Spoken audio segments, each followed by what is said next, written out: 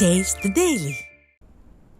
மாநகராட்சியில் நடக்கும் ஊழல்களை ஆதாரத்துடன் அம்பலப்படுத்திய செய்தியாளர்களிடமும் மக்களிடமும் ஆணவமாக பேசி சர்ச்சையில் சிக்கியுள்ளார் திமுக மேயர் பிரியா.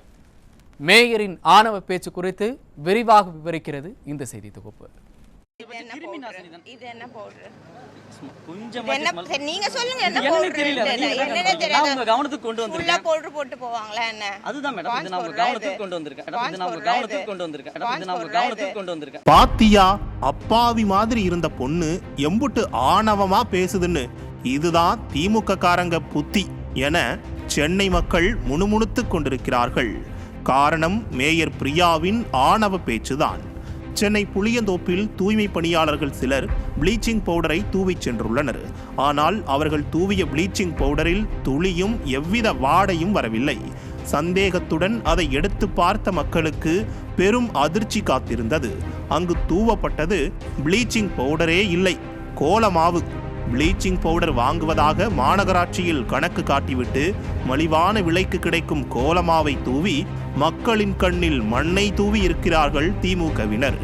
ப்ளீச்சிங் பவுடரில் கூட ஊழல் செய்யும் திமுகவினரை சும்மா விடக்கூடாது என மேயர் பிரியாவிடம் சென்று மக்கள் புகார் தெரிவித்தனர். இந்த ஏரியால வந்து பாருங்களேன். இல்ல வேண்டாம் வேண்டாம், நீங்க வந்து பாருங்க. நீங்க மீடியா பைட் எடுக்கறீங்களா இல்ல ஜெனரலா பேசுறீங்களா? கவனத்துக்கு கொண்டு வர அவ்வளவுதான்.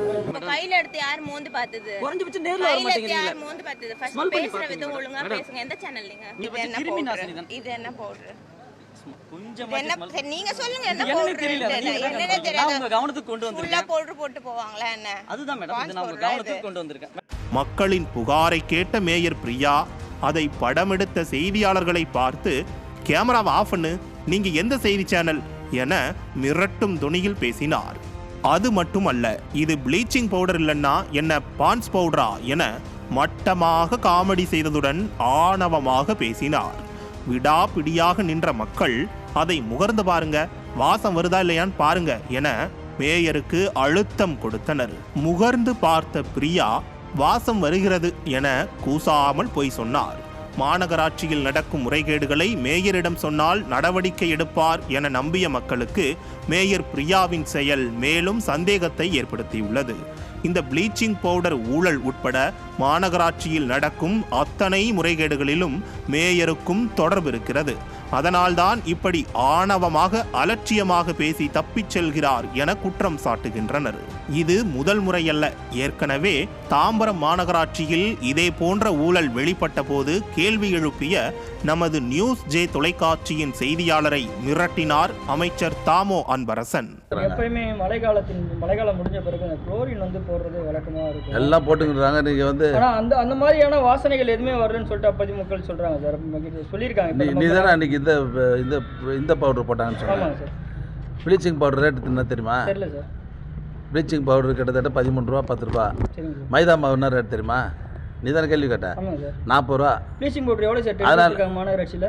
எது ப்ளீச்சிங் பவுடர் எவ்வளோ சார் டென்ட் விட்டுருக்காங்க? எந்தெந்த ஊருக்கு எவ்வளோ தேவையோ அந்த அளவுக்கு விட்டுருக்காங்க. 15 ரூபாய்க்கு ஏன் சார் 55 ரூபாய்க்கு அப்புறம் டென்ட் விட்டுருக்காங்க? எங்க அப்படிலாம் ஒன்றும் இல்லையா? பார்த்தீர்களா?